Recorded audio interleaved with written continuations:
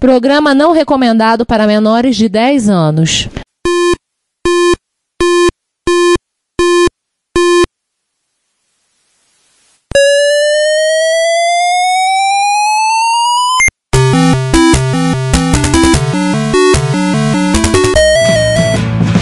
We bought it to help with your homework.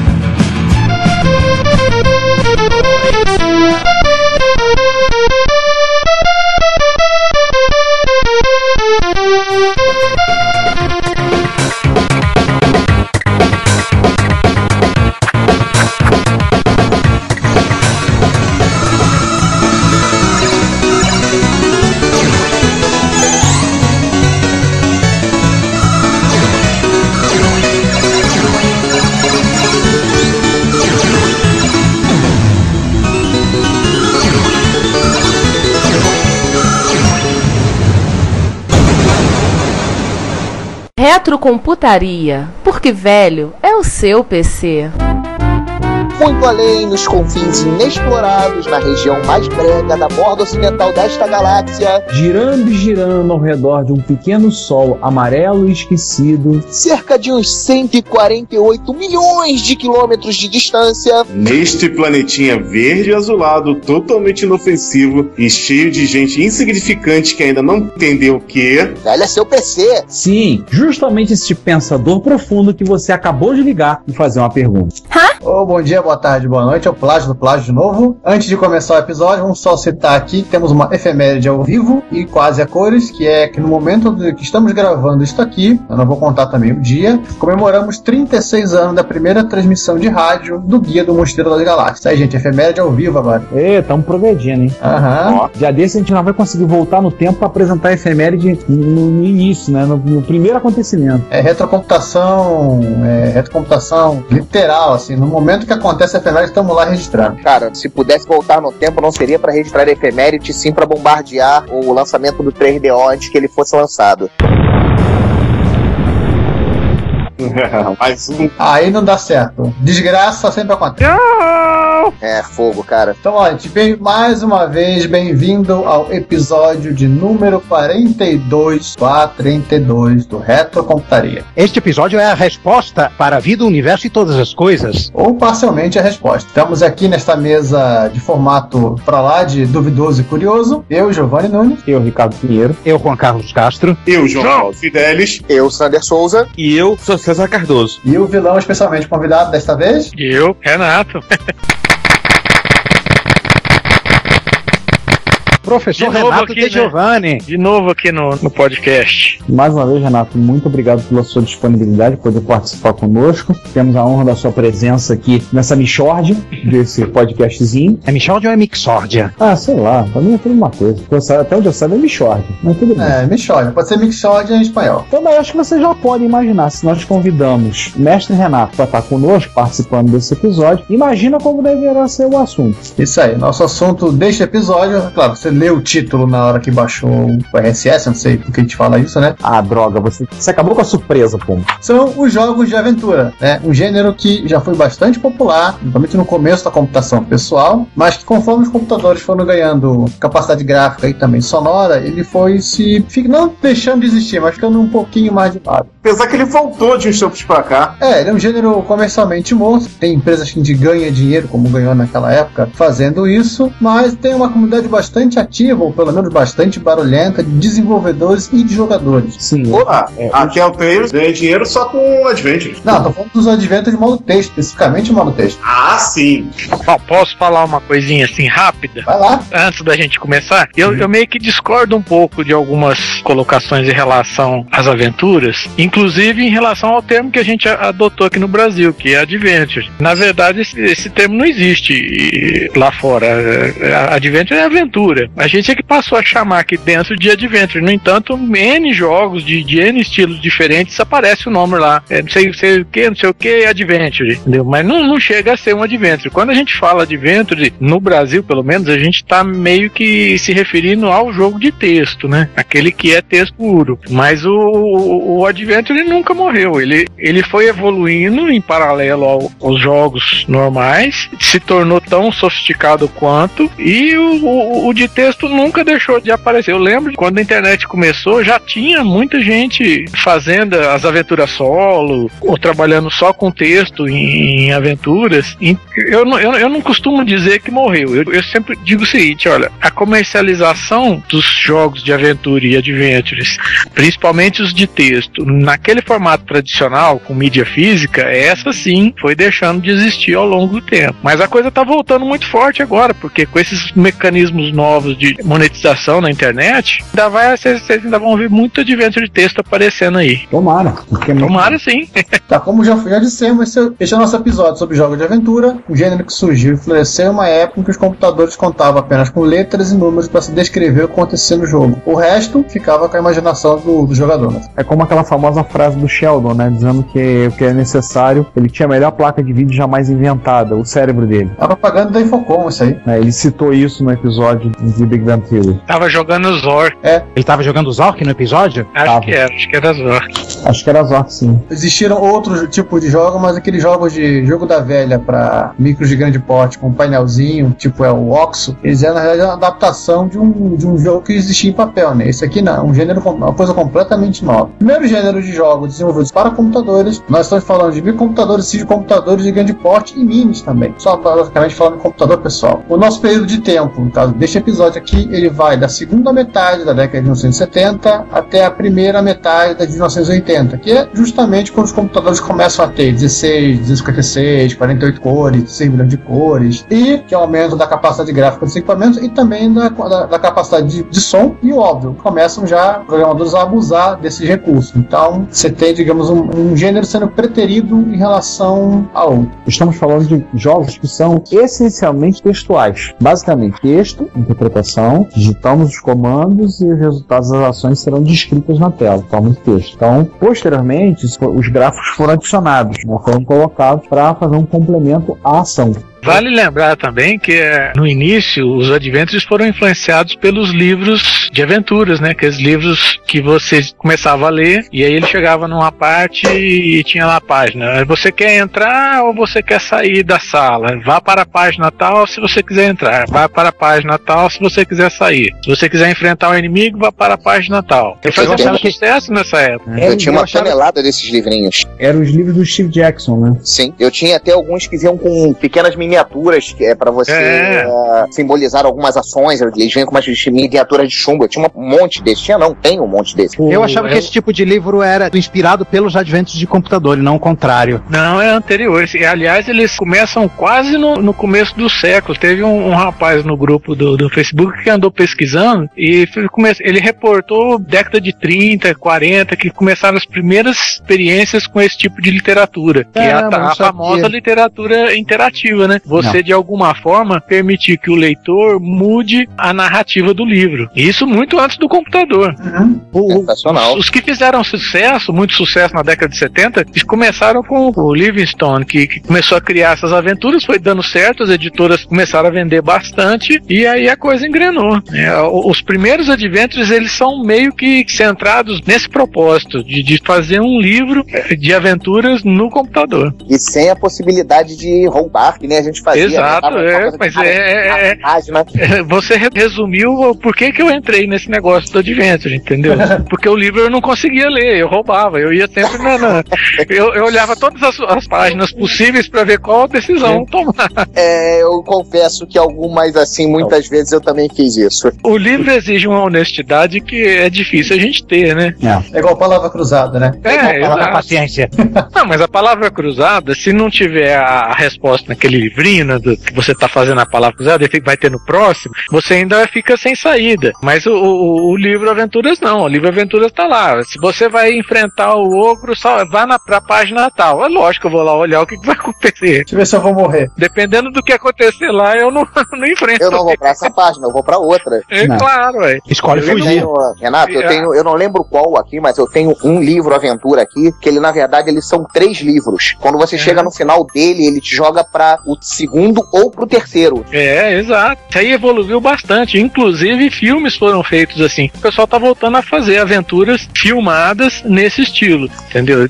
Tava vendo uma ontem, tem uma discussão dentro do quarto, aconteceu alguma coisa e de repente o filme para, você quer salvar o cara ou você quer que ele morra? Dependendo do que você escolhe, ele vai para um outro filme. Legal. E toca o barco, entendeu? Você vai... Estilo fantasmagoria. Isso era uma coisa que antigamente era muito complicado de fazer. Hoje em dia tá muito simples, né?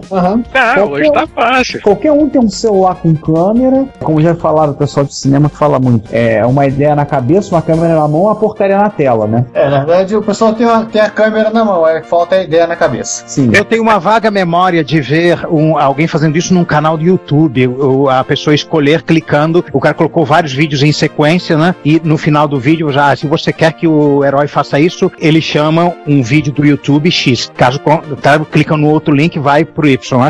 Acho uma coisa comercial mesmo. Não, o próprio YouTube ele permite esse recurso de você clicar em opções para ir para outros vídeos. Você pode ter com o mínimo de paciência criar isso dentro do próprio YouTube. Sim, vídeo comercial da Heineken. Mas essa interação do usuário é uma interação bem pobre. Sim. Basicamente é só fazer um fork, né? Ou isso ou aquilo. Você cria 2 botões e um timeout. Mas aí, vamos voltar ao tema do nosso episódio. A intervenção do jogador é feita através de palavras, verbos que podem ser associados ao objeto do jogo, substantivos para produzir a sua ação. Então, por exemplo, norte, sul, leste, oeste, pegue chave, use chave, acenda a lâmpada, mate a onça com facão. No Lead Light, que é do Apple II, tem lá, você bate com o bastão de rock na cabeça da menina. Invoque o fantasma do bispo. Por aí. Esse uso de verbos e composição da frase já é um avanço em relação ao livro de aventuras, né? Sim. Que no livro você não tem isso. Com a introdução desse comando, que tem ação e objeto, pode-se fazer coisas incríveis, viu? Só uma ação e um objeto já dá pra fazer muita coisa legal. Como, por exemplo, fazer um cristal aparecer num lugar aleatório, né? Lá no início a gente falou, questão de mercado, mas tem, por exemplo, como o João citou, a Telltale, que inclusive ela lança os jogos, as suas versões, como temporadas. Então tem jogos hoje em dia em estilo Adventure, mas aí sendo eventos mais gráficos, da forma como a gente conhece hoje em dia, como foram vários que fizeram sucesso, isso já meados dos anos 80 até o início dos anos 2000, todos como a Telltale, que continua produzindo e ela publica agora no esquema de episódio, de temporada. Então, por exemplo, a famosa série The Walking Dead tem uma série de jogos que sai por temporada. Então ela publica alguns jogos do Adventures, do Walking Dead e ganhou o jogo do ano de 2012 e 2013 pela EGM. Isso. O Walking Dead é aquele cara de púrpura que usa uma máscara, tem um cavalo branco? Fantasma. What you say? Fantasma. Não. Aquele lá era seu é o Walker. espírito, não é o corpo, né? Aquele é o espírito que anda, cara. Aquele lá era o seu Walker. Então, você tem, por exemplo, falar até eu tenho várias séries que originalmente foram produzidas por outros, como da LucasArts, que ela tá dando continuidade. É um mercado hoje em dia que existe, não é o grande mercado de games hoje em dia, mas tem um público fiel, cativo, e, como até comentou o Renato, tá crescendo de novo, né? Então, voltando a ter mais gente interessada, aquilo que é extremamente válido, né? Então, Ricardo, já que a gente tá falando disso, vamos dar uma explicadinha legal nesse lance do gênero, pro pessoal ficar um pouquinho mais com o mesmo conhecimento que nós, ou algo parecido. O que a gente tem definido gênero, né? No campo dos jogos, a gente define, por exemplo, as aventuras em modo texto, propriamente ditas, puramente esquema de texto. Daí a gente pode fazer apenas um fork, inclusive nem tá na pauta, que é fazer aquelas de forma que seriam várias pessoas interagindo, que era o MUD. É o MUD. É o MUD, que aliás a primeira vez que eu ouvi falar de MUD foi num artigo escrito pelo Renato na Microsistemas. Que legal. Anos depois, eu joguei MUD na faculdade. Foi viciado. Hoje ele se curou. Hoje ele viu Jesus e... Assim, eu fui viciado em MUD. Cara. Era meu laboratório inteiro. Na época a gente tinha 10 máquinas no laboratório. Chegava na hora do almoço, tinha 8 caras jogando MUD. A coisa era a tal ponto que pegaram um XT, ligaram pela porta serial numa estação de trabalho, prepararam 2 disquetes com o DOS, um software para emulação de terminal via serial, botavam só pra galera ficar jogando naquela máquina. O apelido daquele XT era MUD Machine. MUD Machine. Era MUD Machine. Gente, era só dar MUD com um dos pontos só. Mas você não usava o Tintin pra rodar por cima pra facilitar as ações. Você já tinha um monte de comandos já previamente salvo, hack recall pra poder voltar. Ih, cara, eu cheguei imortal no MUD que tinha na FRJ, cara. Fui viciado da porra naquele negócio. Além das próprias aventuras aventuras em modo texto, que já são viciantes por si só. Tem as aventuras no estilo quebra-cabeça, com desafios aí, utilizando mais um pouco da capacidade gráfica das máquinas, tipo King's Quest, ou até toda a série Quest, né, Space Quest, o próprio Lazy Street Larry. Vale lembrar que o Space Quest era mais humor do que outra coisa, né? E é fantástico, é um humor sensacional. Space Quest que eu tenho o 4, olha pra esse senhor, que ele volta pro Space Quest Ega, né? Com 16 cores. Aí ele fala, olha, eu estou em VGA. Ele próprio se olha há tempos atrás e olha, eu estou em VGA. E tem vários dos quests, além dos da LucasArts, né? Tão conhecidos, série Monkey Island e outros, né? Aí temos RPGs de mundos inteiros que você fica explorando, tipo Ultima, World of Warcraft, né? Aí já são os MMOs, né? Não, mas RPGs clássicos offline ainda, tipo Dragon Age Origins. Tô falando do Ultima 4, Ultima 3. É sensacional. Não, mas tem até modernos, cara. Você tem RPGs modernos, tal como esse Dragon Age Origin, que é sensacional, é 100% offline. E, ou seja, pra facilitar ainda mais a vida, né, tem os híbridos, que misturam o gênero desse troço, de cada um desses caras aí, namoram cada pedaço com alguma coisa, com parte de arcade, e aí é um mundo em si só, né? É Zelda, Final Fantasy, Phantasy Star. Esses aí eu acho que fogem do nosso escopo. Eu ia falar de um gênero que é muito mais irmão dos adventures propriamente ditos, que não foi citado na pauta, dos visual novels japoneses, que o melhor representante aqui, conhecido pelos ocidentais, é a série Snatcher e Policenaut, da Konami e do Hideo Kojima. Mas o Snatcher ele é chamado por si só, pelo próprio Kojima, como RPG, né? RPG Cyberpunk. Só o SD Snatch. Não, mas o Snatcher que é considerado RPG. O Snatcher também. O Snatcher também, João. Ele é apresentado como RPG. É baseado em Gun Cyberpunk. Eu vou falar que o Kojima tá errado. Em termos de desenvolvimento do jogo, ele não tem nada de RPG. Ele não tem... Ou seja, vamos bater no Kojima. Meu Deus! Ele não tem níveis de dificuldade, ele não tem level pra você upar de habilidades. Só o XDNet que é assim. Sim, eu sei, eu concordo contigo. Ele é mais adventure do que o Final Fantasy. Esse sim é RPG. Mas é aquela coisa, a culpa é do Kojima, né? Vamos bater nele depois. Já deram 2 nheque-nheque ali no escutador de bolero do cidadão. Lembrar da série tipo Is, Shaq e outros. Esses são RPGs também. RPGs mesmo, né? Mas o nosso assunto hoje é advento. Então vamos voltar. Visual novel, aqueles mais safadinhos, tipo o Dragon Knight. Cobra Mission. Esse é hentai, pô. Cobra Mission, exatamente. O Mission é hentai. Oh my god. Aquilo ali é putaria, pronto. O visual novel, muita coisa é putaria. Muita coisa, tipo 90%. Vamos lá.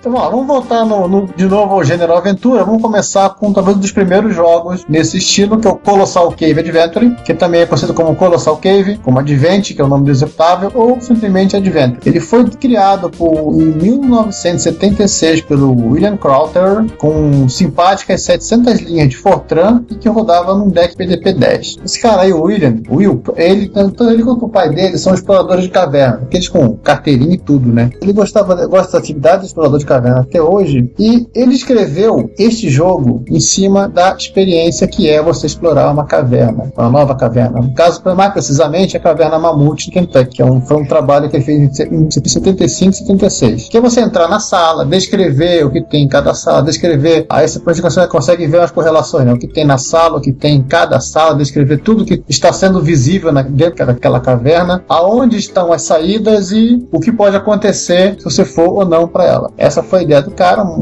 literalmente a experiência de explorar uma caverna para dentro do computador. E aí, dali por diante, um outro desenvolvedor, Don Woods, pegou o código que estava disponível no computador da Universidade de Stanford, e ele pegou esse código e fez modificações e acrescentou alguns elementos de fantasia. Ele era fã do Tolkien, fã do Senhor dos Anéis, o Hobbit, e aí acrescentou elementos como a presença de elfos, trolls e outras coisas mais. Aliás, isso me fez lembrar uma curiosidade. Tinha um colega que jogava Mud comigo na época do FRJ, e depois, quando ele foi fazer o projeto final que ele quis apresentar, não sei se ele apresentou, era um Mud. Ele tinha implementado várias coisas no Mud. Ele tinha acrescentado vários recursos, tipo, ele tinha tornado o Mud tridimensional, tinha feito salas para cima e para baixo, tinha dado opções de você poder fazer tipo, esse estilo. Ele acrescentou elementos de RPG no Mud, como a presença daquele animal. Grua? Não, o Gru não, ele acrescentou o Tarrasque. Ele acrescentou o Tarrasque e E ele acrescentou elementos. Por exemplo, com a opção do Tarrasque, ele podia morder a pessoa e você não morria, mas você tomava dano e o dano era contínuo, porque a mordida era venenosa. Ele acrescentou a opção de você poder pegar e jogar um personagem ser arremessado de um ponto lá numa sala e ser arremessado, por exemplo, para o oeste e ele parar 4 salas depois, por exemplo, 4. E eu lembro que, conversando, ele tinha dito que iria apresentar isso como projeto final na faculdade. Perdi o contato com ele, não sei se ele apresentou. Ele estava fazendo em cima do código original do Dico, acho que era do Dico Mud, que estava fazendo essas alterações. Se você estiver ouvindo esse podcast, bicho, entre em contato, tá? Dê notícia. Aliás, com essas alterações do Don Woods e, obviamente, a popularização da Adventure, ele foi responsável por muitas e muitas semanas de procrastinação universitária na época. Quem assistiu o Get Lamp, se tem uma citação, acho que do próprio Don Woods, que ele fala: durante uma semana ninguém fez nada. Eu lembro.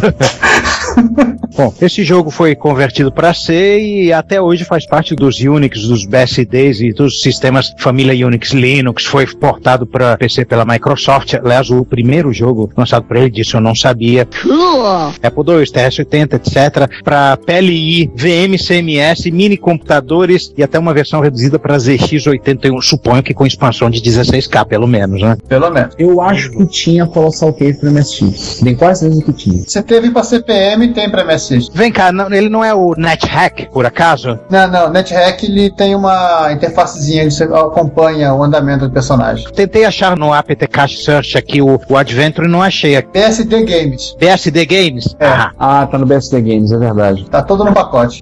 Me deu uma curiosidade agora. Se ele existe no BSD Games, provavelmente eu tenho ele aqui no SX.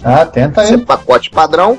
Você com hífen ou sem hífen? E sem hífen. Tudo junto. Só uma lembrar pra curiosidade, gente, só pra lembrar, o Adventure do Atari 2600 não tem nada a ver com esse Adventure, tá? Mesmo porque lá é um quadradinho roubando uma chave e tentando fugir de um monstro que parece um cavalo marinho. Não tem texto. Não tem texto. O manual chama de dragão. Mas nós vamos falar sobre esse cara também. Ele tem correlação.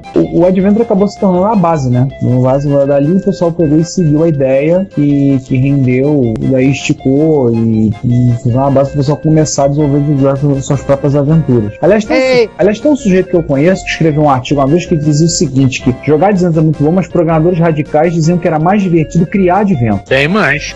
Acredito. Pois é, isso é uma frase que eu não esqueço, sabe? O próprio Scott Adams, vamos falar daqui a pouco aí, não o cara do Dilbert, por favor, é outro Scott Adams, ele fala assim no Get Lamp que ele viu o Adventure, que ele ficou fascinado com aquilo. Eu posso vir? Aí ele ia depois do expediente, na faculdade, para olhar, para jogar aquilo. O cara perguntou, você quer ver o código fonte? O cara, não quero. Eu sei como eu posso fazer um. E ainda no meio universitário, né, existe um trabalho chamado Interactive Fiction, The Computer Story Game Adventure, baseado no Colossal Cave. É uma dissertação escrita por Mary Ann Buckless, que é uma referência para todo mundo que escreve hoje dissertação sobre jogos de computador em geral. Foi apresentado na graduação de PhD dela na Universidade de Califórnia, Campus de San Diego, em 85. Infelizmente, assim, foi o primeiro trabalho a tratar de jogos de computador. Na época, ela não foi muito bem aceita pela instituição, pelos professores da época, e no final ela acabou, digamos, largando dessa vida. Foi cuidar de fazer outras coisas. Mas quem tiver $40 sobrando aí, pode tentar comprar uma versão impressa da dissertação dela para ler com calma. E aí, já que você citou o Scott Adams, né, que não é o Scott Adams do Dilbert, é o outro Scott Adams, ele fundou uma empresa, né, que era inicialmente no Adventure Internacional. Ela só tinha esse nome nos Estados Unidos. Na Europa, ela era Adventure Soft UK, por exemplo, na Inglaterra. Vai entender por quê, né? Ele, pra gente, assim, ele não só deu início ao negócio, né, de jogos de aventura, como o próprio negócio de jogos para computadores em 78. Ele se intitula o avô dos jogos do Computer Adventure Industry, da indústria dos computadores, dos jogos de aventura para computador. Está no site dele. O Get Lamp tem uma citação dele no final, nos extras, né, falando dos últimos dias da empresa. Ele cita a fim do TI 994A da Commodore. Pelo que eu entendi, assim, do vídeo, parece que no final o que restou da empresa foi comprado pela Commodore, virou um braço da Commodore. E assim, ele ainda está ativo por aí, né? No ano de 2012, em 2 anos retrasado, né? Ele me lança um jogo novo. É o como é que eu pronuncio isso aqui? The Inheritance. Então, que é um Adventure e que ele avisa que você precisa ter uma Bíblia para acompanhá-lo. Se você não tiver uma Bíblia, ele deixou embutido dentro do próprio jogo uma Bíblia do Rei Jorge. Eu tô dando uma olhada que tem no site dele para baixar, ele tem versões jogáveis dos jogos clássicos, né, para PDA, para Windows de 95 até o Windows 8, nossa, soluções em planilhas, cartão, versão para Palm, para as calculadoras T89, TI92 Plus da Texas. Para aquele amigo lá do e versões web, para jogar versões em Java e outros jogáveis via web. Pô, muito interessante, hein? Quem quiser matar a saudade, experimentar. É interessante porque, como você falou, ele não parou, né? E hoje ele lançou um jogo recente agora, né? E aí a gente começa a falar de como esse negócio ficou sério, né? Que é a Infocom e o Zork, ou que às vezes poderia dizer que é o Zork e a Infocom. Infocom, muito importante. Zork na minha vida, um dos primeiros adventures que eu joguei no Apple, fundado em 1979 por David Lebling, Mark Blank, Albert Veza, só nome difícil, cara. Por isso que vocês botaram pra mim, né? Tá explicado. É claro. E Joel Beres. Vocês me perdoem, senhores mestres da minha vida, que fizeram da minha infância mais divertida. Espero que vocês me perdoem caso eu tenha falado o nome de vocês errado, tá? Isso é, se algum de vocês ainda tá vivo. Não, o Gru vai te pegar. O Gru vai comer você. Na época, todos os estudantes ou funcionários do MIT, né? Apesar de criado em 1979, seu primeiro e mais famoso produto foi criado 2 anos antes, o jogo Zork, para rodar nos computadores de grande porte do próprio MIT. Que também emprestaram ao pessoal. O primeiro produto comercial da Infocom foi o Zork para TRS-80 modelo 1. Peraí. Só um adido. O primeiro Zork foi para TRS e não para Apple? Não. O primeiro Zork foi criado para micros, para TRS-80 modelo 1. Vai lá, Juan. O que tinha o modelo 1? Quanto de RAM? 4K. 416. E assim, eles tinham que fazer, no caso, acho que eles usaram a versão já direta para disquete, eles tinham que fazer o Zork caber num micro de 16K, por exemplo. Ah, cara, 4K tu vai, cara. Conheço um cara aí que fez um advento de caber num micro com 1K.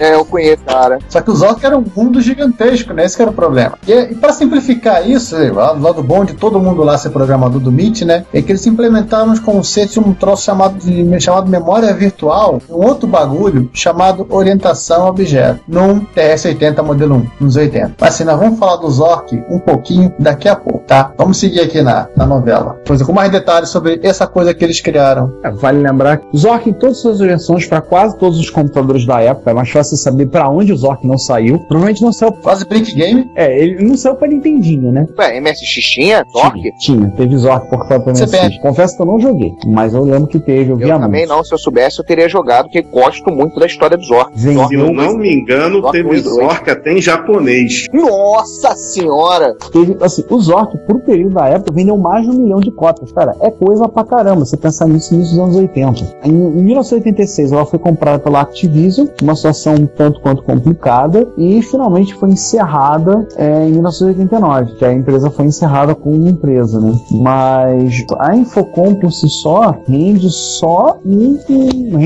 se for só da Infocom, dá pra fazer um episódio só de Infocom.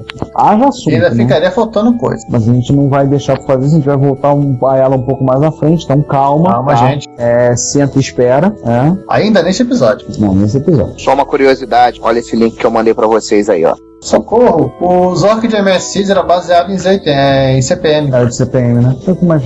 Gente, sensacional. Desculpa, sensacional. O cara, desculpa, fugir um pouco o foco mais lá pro início, falando ainda de Colossal Cave, quando surgiu a possibilidade dele ter sido, ainda ser existente para algumas variantes de BSD e OS X, eu fui procurar ele aqui, encontrei a versão do OS X dele, sendo que o cara emulou, inclusive, uma tela terminal PDP-10, tá com a cara, as mesmas letrinhas do PDP-10 aqui. Marca o vídeo, inclusive com scanline e falha nas bordas do monitor.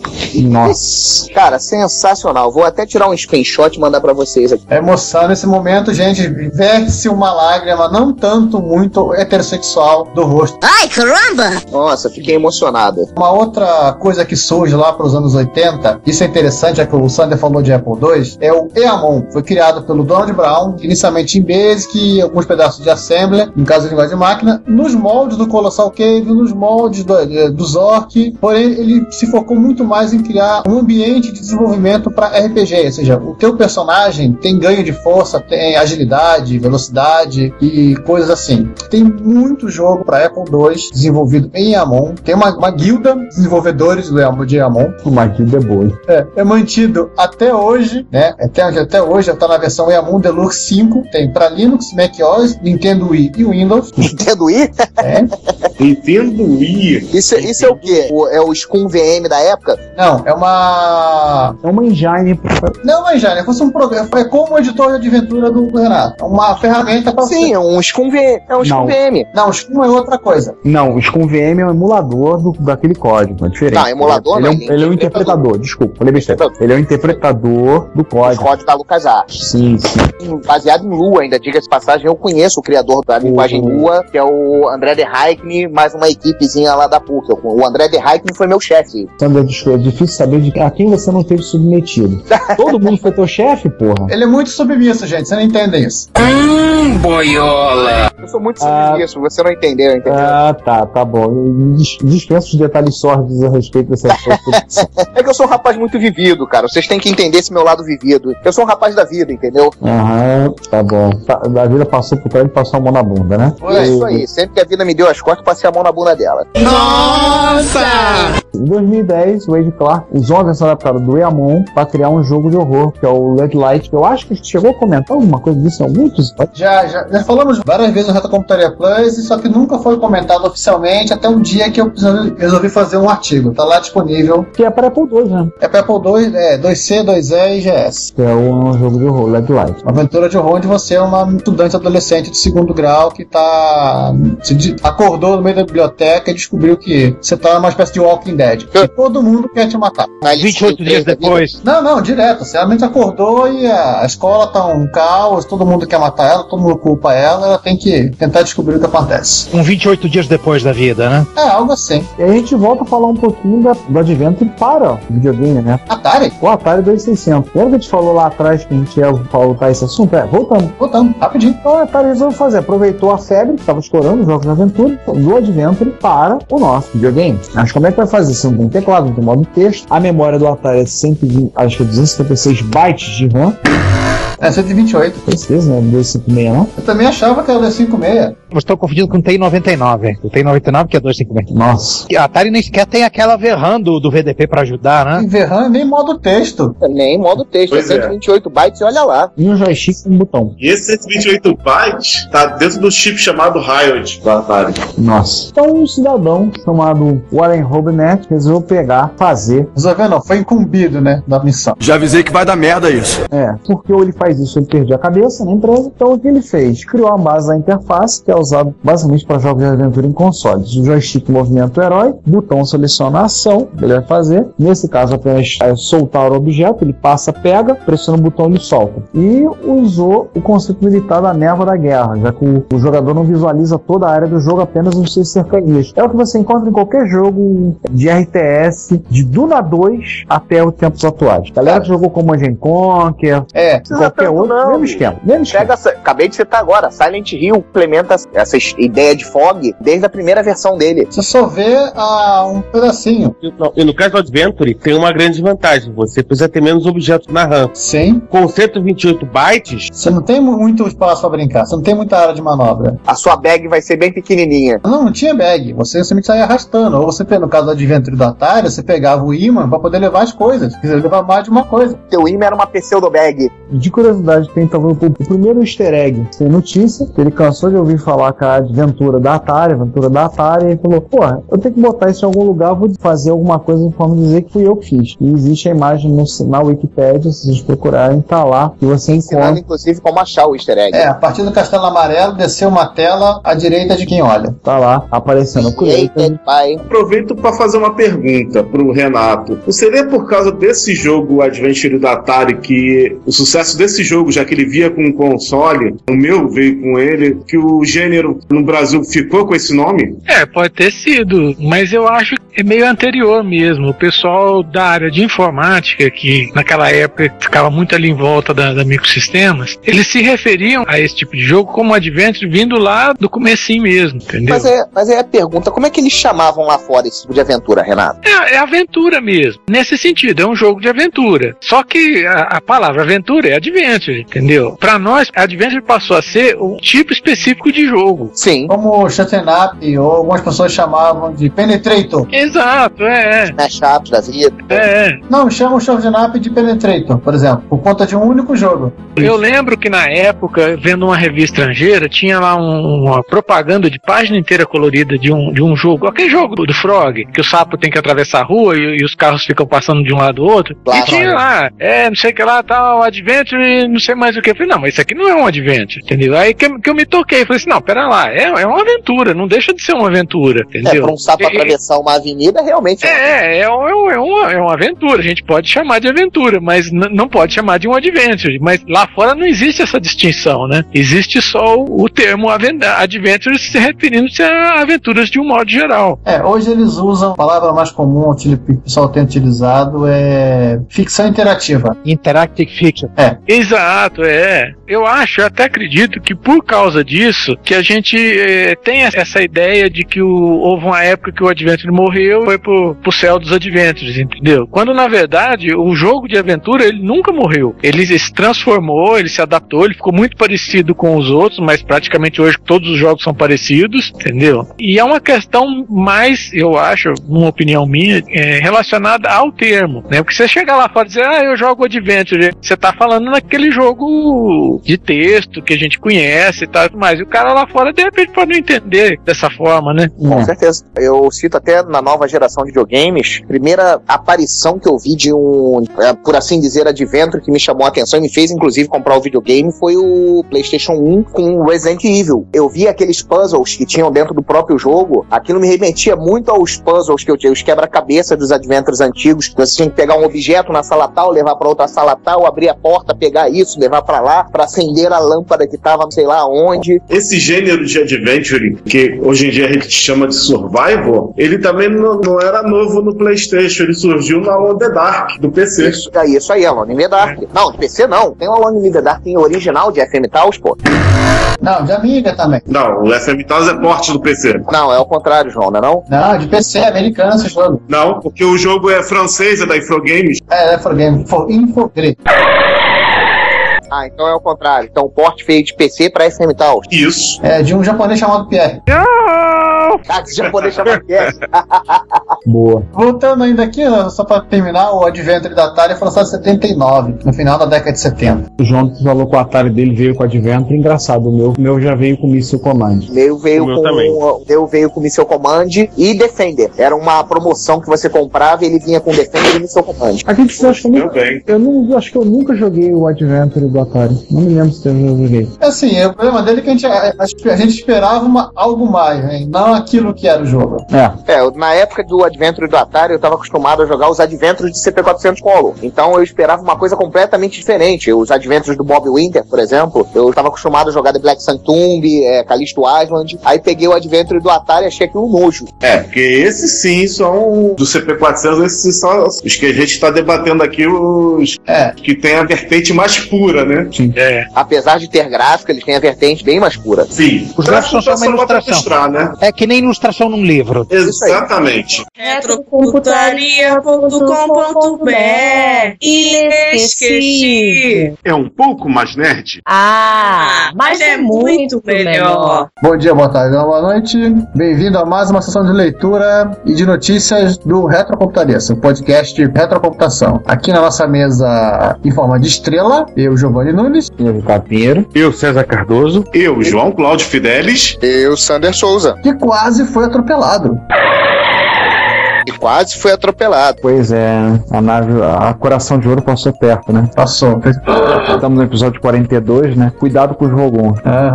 Como é que a gente começa a nossa boa e velha sessão? 2014 das efemérides. Enquanto não dá. Qual é a primeira aí? As primeiras efemérides iam falar de gente que tá fazendo aniversário, né? 75 anos de Adam Osborne, um dos pioneiros da computação pessoal. E o criador das corporações Osborne lá do Homem-Aranha, né? Não, esse é outro Osborne. Ô, Sandro, você não pode repetir piada. Tá no contrato. Tá no contrato. Foi mal, galera. Não, na realidade, ele é parente do Ozzy.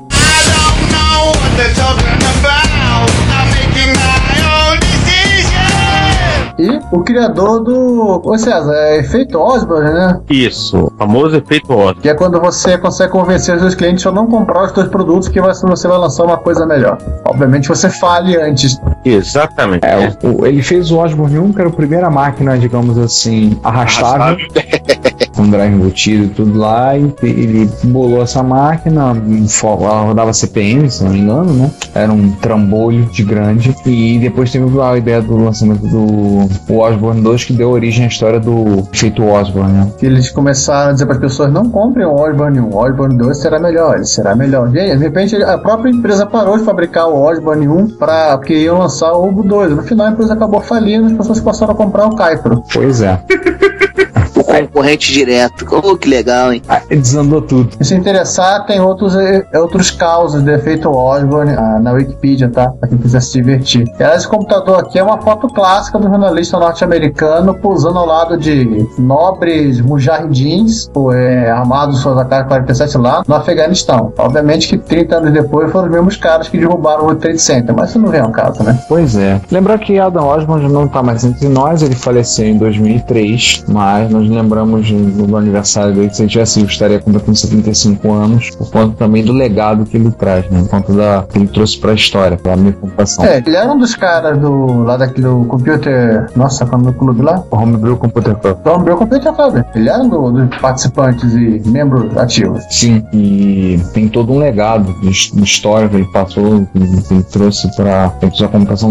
Tem um artigo muito interessante do Register falando um bocado sobre o que ele desenvolveu, o que foi feito, todo o seu trabalho. Tem uma do Osborne 1, inclusive, parecendo uma maleta. Aí, ironicamente, uma moça levando a maleta deve ser uma piada de mau gosto, né? Essa moça ela é alterofilista, a gente não sabe. Hulk esmaga computador homenzinho. Nossa! Vai ter uma matéria interessante no Register falando sobre, vale a pena. Tá, vamos emendar e falar de um outro cidadão que tá fazendo aniversário. Esse tá vivo? Olha, pelo menos isso. Niklaus Wirth, pra quem não conhece, o criador da linguagem de programação Pascal, cujo nome foi dado em homenagem ao matemático Blaise Pascal. Sempre alguém fala do Pascal e acha que foi o próprio Blaise Pascal que criou a linguagem de programação há 400 anos atrás. Senta lá. Ele era um cara à frente do seu tempo. A linguagem que ele criou com o seu nome para programar a calculadora mecânica que ele desenvolveu, a Pascalina, né? Sim. Pascalina, sensacional. Não, e também conhecido aqui pelos portugueses como a linguagem Pascual de programação, né? Ai, caramba! Sim, linguagem Pascual, que era um clássico ouvir isso no colégio, era sensacional. Verdade. E o seu Wirth foi, digamos, o pai da programação estruturada. Não, ele não desenvolveu... Não fala mal não, que eu gosto de programar em Pascal até hoje. Não, o Pascal bem, mas não precisava meter objetos nela, né? Não foi culpa dele. Não, a estruturada não tem essas coisas. Linguagem estruturada, orientação a objeto, introduzir a orientação a objeto. Eu não posso, que é coisa da borda. É coisa da falecida da borda. No 5.5. É coisa do Gengis Khan, não é do Blaise Pascal. É verdade, bem lembrado do Philip Kahn. E ele desenvolveu várias outras linguagens que além dessa, a mais conhecida foi o Módulo A2, mas ele desenvolveu o Oberon, Módulo A3 e outros. Ele, para quem não conhece o Wirth, ele é suíço, completou, como falamos, já está um senhor com seus 80 anos de idade, recebeu, entre outras coisas, o prêmio Turing e é conhecido como parceiro do Museu da História da Computação. Ainda vivo. Ele também é autor daquele... Ele tá vivo, claro, falamos disso. Ele também é autor daquele manifesto sobre programação simplificada, né? Sim. Foi um post nosso no Retrocomputaria Plus de alguns meses atrás. Linguagem foi conhecido por Algol W, Euler, ou seja, ele fez outras linguagens homenageando matemáticos famosos, Módulo A2, Oberon 2, Oberon 07, Oberon System. E Jursik também. Não fez essa não, né? Não. Isso aí vai estar mais pra brainfuck do que outra coisa. Tá. E também trabalhou muito com engenharia de software e outras coisas mais. Cidadãozinho bem simpático. Um velhinho bem simpático. Permite me dizer, obrigado por ter feito a linguagem de programação Pascal, que é uma linguagem que eu praticamente gosto de programar em Pascal. Me desculpe os ceseiros, mas eu gosto de programar em Pascal. Entendo como uma fraqueza minha. Oh, yeah. Não, tirando a parte de trabalhar com arquivo, o Pascal é legal. Eu tenho a sensação de um professor que ele falou o seguinte: olha, eu ensino, eu mostro como é, mas não pede pra explicar não faço a menor ideia. Acho que para encerrar, vou comentar uma frase, a lei do Wirth, que ele anunciou em 1995. Né? Software está ficando mais lento, mais rapidamente que o hardware está ficando mais rápido. Olha, isso lá em 85, hein? Não, 95. 95. Ah, 95. Foi depois que ele viu o Windows no boot. Mesmo assim, tenta. Mesmo assim, já tem quase 20 anos. Primeira vez que o Windows 95 no boot, ele descobriu isso, né? Pois é, ele percebeu. Isso ficou mais evidente. Falar nisso, também tivemos uma coisa a comemorar aqui, aliás, comemorar, né? Na pauta, mas uma das comemorações desse início de ano também, né? Pra quem é usuário de Windows, é o maldito Windows XP, até que enfim tem chegado no final da vida dele, né? Mas isso não é reto. Ai, que burro, dá 0 pra ele. Agora o XP virou retro, Ricardo. Agora virou retro. Vá de retro, né? Isso não é efeméride. Isso não é efeméride.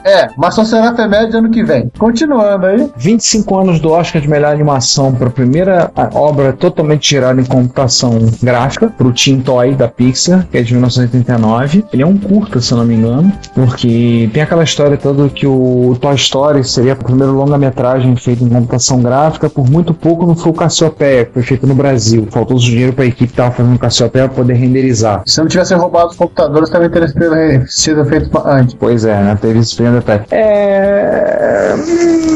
Steve Jobs estava por trás da Pixar, né? Steve Jobs manda roubar o computador dos caras lá. Não duvido, não.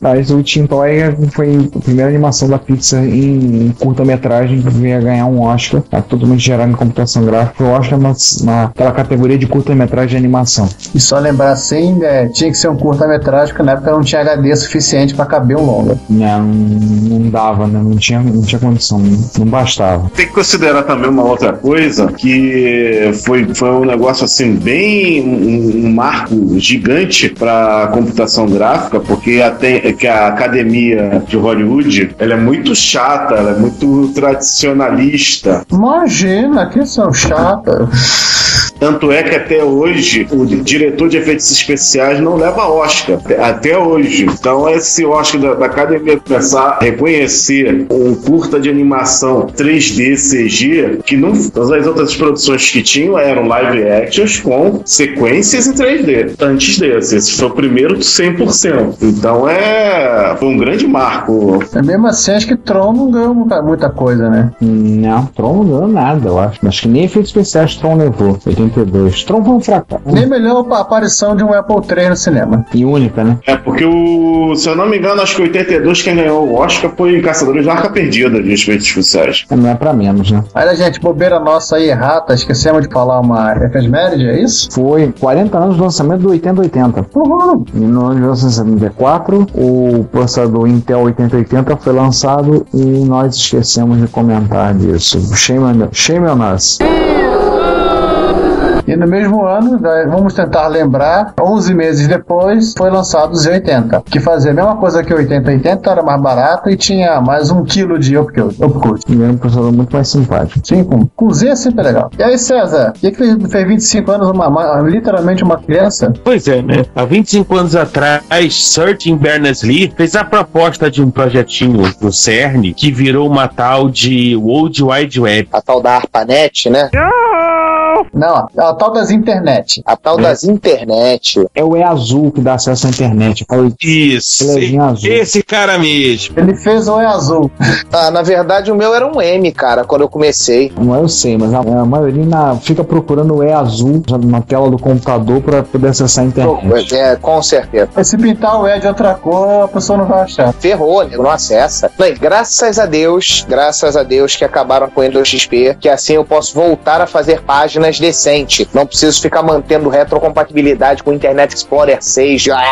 Calma, gente. Vai ter 50 anos até o último usuário do XP morrer. Aliás, falando em 50 anos, né? Pois é, 50 anos foi uma coisa bem grande, fez 50 anos. Foi grande nisso, grande barulhenta. Barulhenta, fez esquenta demais de refrigeração líquida. Já naquela época. Não, até hoje precisa de refrigeração líquida. Não precisa não. Não. Acho que existem ainda, né? Claro.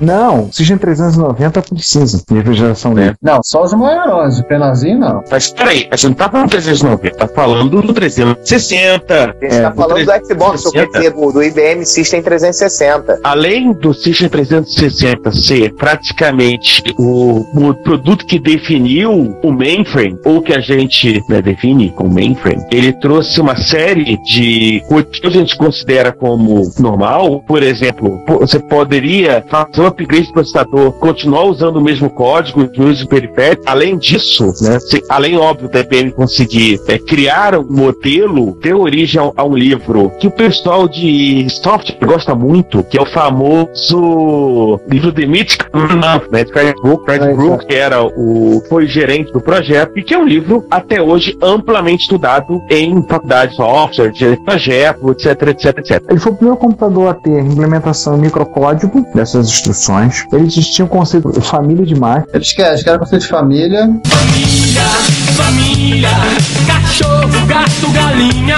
E atualizando. E sendo meio, acho que meu pai me chegou a mexer em 360, chegou a trabalhar com ele. Foi o primeiro grande produto comercial. Como ele era uma família, não era um modelo específico, né? Ele tinha até 360, por assim dizer. Aliás, esse livro aí do Fred Brooks, ele tem relação com as burradas que a IBM fez, tentando fazer vários sistemas operacionais pro 360, que no final ela acabou tendo que juntar tudo numa coisa só. O 360 até deu sequência até a família chegar a 390, que virou as E-Series, né? O 360, 370, o ES370XA, o ESA 370, o ES390 e a arquitetura Z, que é um market upgrade da IBM.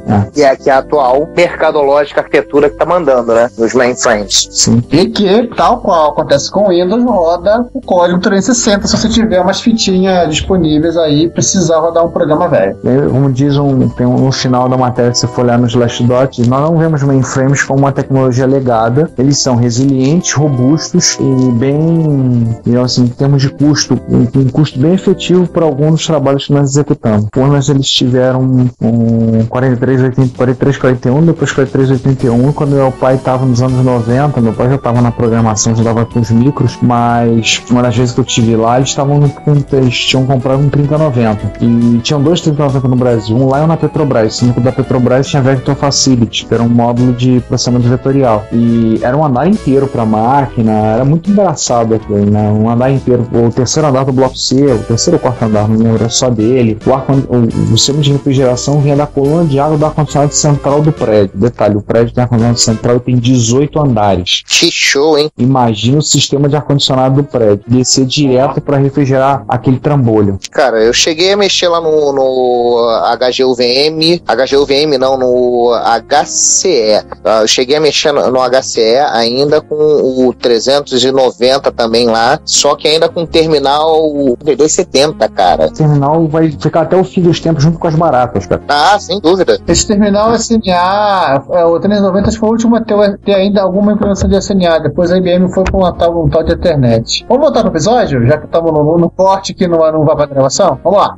Vamos voltar ao episódio. Ainda nos 50 anos, uma coisa bem mais legal do que mainframe? Pera aí, eu vou fazer duas propostas, até porque... Vai. 50 anos, vamos deixar o entrar? Vamos verter. Primeiro, Lord Sugar resolveu comemorar os 30 anos do Amstrad CPC. Aí, João. Opa. Né? João e Sandy. Tá bom. Que é discriminação? Sandy, você não conta. Não. Você é prostituído. Que isso? João também, pô. Você não conta. Ô, Sander, não vamos ignorar sua opinião sobre o Amstrad, não. Você nem ligou teu Amstrad ainda. Pô, cara, liguei e rodei Tecmania, só isso desliguei. Pronto. Então tá bom, pronto. Dá muito trabalho carregar aquela merda de fita. Isso é uma verdade. Apesar que eu não carreguei de fita, eu carreguei Não, carregamos de MP3, né? Wave, blá blá blá blá. Exatamente. É fita. É lerdo tal como, é fita. Mas enfim, Lord Sugar, que não é assim uma figura conhecida pela humildade, né? Já que ele não estava demitindo ninguém no aprendiz inglês. You are fired. Lembrou que o Amstrad CPC 464 fez 30 anos e a 199 libras tornou a computação pessoal disponível para tudo, nas palavras dele. Sim. Ou seja, a Sinclair não existiu, né? Não, eu tornei a computação pessoal disponível para todos. Foi basicamente isso. É porque ele comprou a Sinclair, então. Mas ele comprou a Sinclair 2 anos depois. Pois é. Isso não vem ao caso. É outro premião megalomaníaco da Zé. Com a diferença que ele é barão, né? É barão. Ainda tem essa, com a diferença de Isso é verdade. Lord Sugar. Ô Sander, o nome da empresa do cara é Amstrad, que significa Alan Michael Sugar Trade Company. Sensacional. Olha que coisa assim, bem humilde, né? Então. Cara, essa eu não sabia. Nem eu sabia disso. Cara, ele é tão humilde, ele é o tipo do cara que é tão humilde que se orgulha disso. Ah, então tá, né? Ele é tão humilde que ele tem vergonha disso. Só faltou botar o Associates no final, né? Só faltou chamar a empresa de Me. Então, como o Jobs fez com o serviço, né? É? Ué, a AtMe. iJobs? É, o Steve Jobs, o serviço lá, o AMI, que agora virou iCloud. iCloud. Depois do iCloud veio o Creuza. Bem. Deus. Aqui no Brasil, antes do iCloud, eu já tive a IPVA, a INSS. Eu já Ai, para. Vamos à última efeméride, porque a gente tem mais assunto. Vocês vão ficar fazendo piada cretina. A minha proposta, primeiro. Vamos encerrar a leitura com essa efeméride. Tipo, se o cara vai ficar perguntando por que a gente tá falando disso, eu acho, vamos propor a ele que ele volte ao Computaria 1, ouça tudo de novo.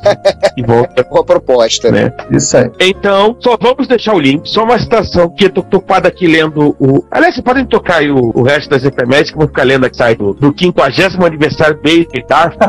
É mó legal o site. Toca aí, Edson.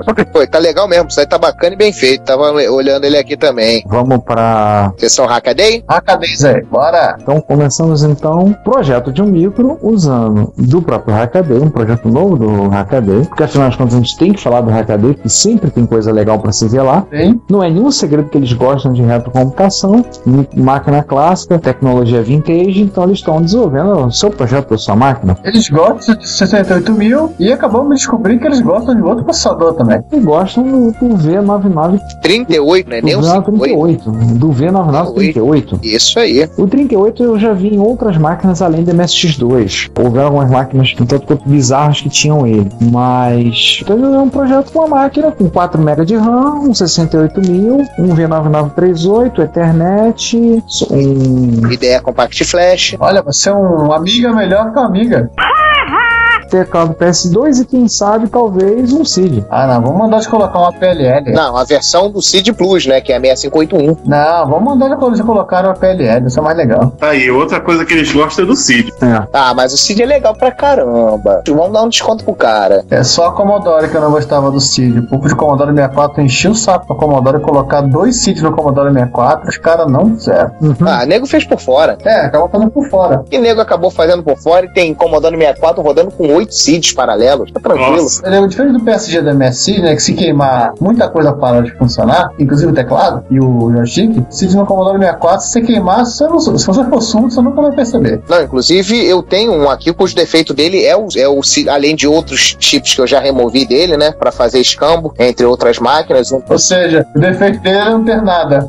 Agora no momento, o defeito dele agora no momento é não ter nada, mas na época, quando veio pra mim, o defeito dele era o CID. Voltando a o que eles estão fazendo em termos de software? Bem, primeiro, estão partindo a portar um compilador de C e vamos arrumar o quê? Vamos portar o Unix. Não, eles não portaram o NetBSD. Ainda não. Mas eles estão pensando em trabalhar com o Micro C Linux, que é para ambiente tecnologia entre aspas, embarcada, entre muitas aspas, e tem porte para absolutamente qualquer coisa, quase tudo, incluindo 68.000. O Micro C Linux ele tem menos requisito de processador, né? Você é como usar um 68K padrão que não tem MMU e outras coisas, então esse cara acaba sendo a melhor opção. Acho que até o NetBSD ele pede uma MMU no meio do caminho aí. Sim, ele trabalha assim, ele pode trabalhar com um equipamento que não tem memória virtual e não tem MMU, é um trabalho mais complicado. E onde quer que ele esteja, um abraço ao Adriano Cunha, que fez isso, conseguiu portar um Unix para rodar na MSX, que não tinha nenhuma das duas coisas. Aliás, não tinha nem memória direito, né? Muito menos memória. Pois é. Tinha uma vaga lembrança. Porque é uma pena não ter continuado o projeto. Eu adoraria ter um Unix rodando no meu MSX hoje mais moderno. Mas o bichinho funciona, só pegar lá e se divertir. Sim, funciona. E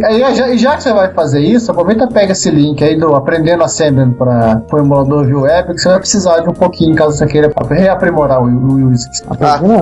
Emulador na web. Uau, um Assembler. Nossa. Aonde é que tem isso? Assembler para emulador na web? Na pauta, cabeça. Na pauta. Aprender Assembly com o emulador via web. No caso, um simulador, né? Ah, sim. É porque por acaso eu tinha clicado no link, ele abriu aquela caixa do link em cima e tinha sobrepujado ele aqui, ó. Mas ele sempre sobrepõe. Você clica na caixinha e vai. Pois é, eu não tinha prestado atenção nisso. Vamos lá. Interessante isso aqui, hein? O nome é o IASP, né? O projeto IASP é literalmente um assemblyzinho bem simplificado que você desenvolve, você aprende no caso, né? Fosse um kit de programação, você tem o seu código, você tem os mnemônicos gerados, você pode ficar brincando de fazer LEDs piscando e coisas parecidas. É um Arduino virtual programado em Assembler. Algo assim. O que, aliás, é muito mais seguro do que você ficar brincando com o seu micro clássico. Vai que. Pois é, né? Não dá pra queimar nada não que eu lembre. Vai correr risco? Né? Melhor fazer no emulador. Então. Se você quer enviar um comentário, crítica construtiva, elogio ou colaborar com as erratas deste episódio, não hesite. Faça. Você pode falar conosco através do Twitter, no usuário @retrocomputaria, pelo e-mail retrocomputaria@gmail.com ou colocando comentários no post desse episódio em www.retrocomputaria.com.br. Lembre-se sempre do que dizemos. Seu comentário é o nosso salário. Muito obrigado e nos vemos no próximo podcast.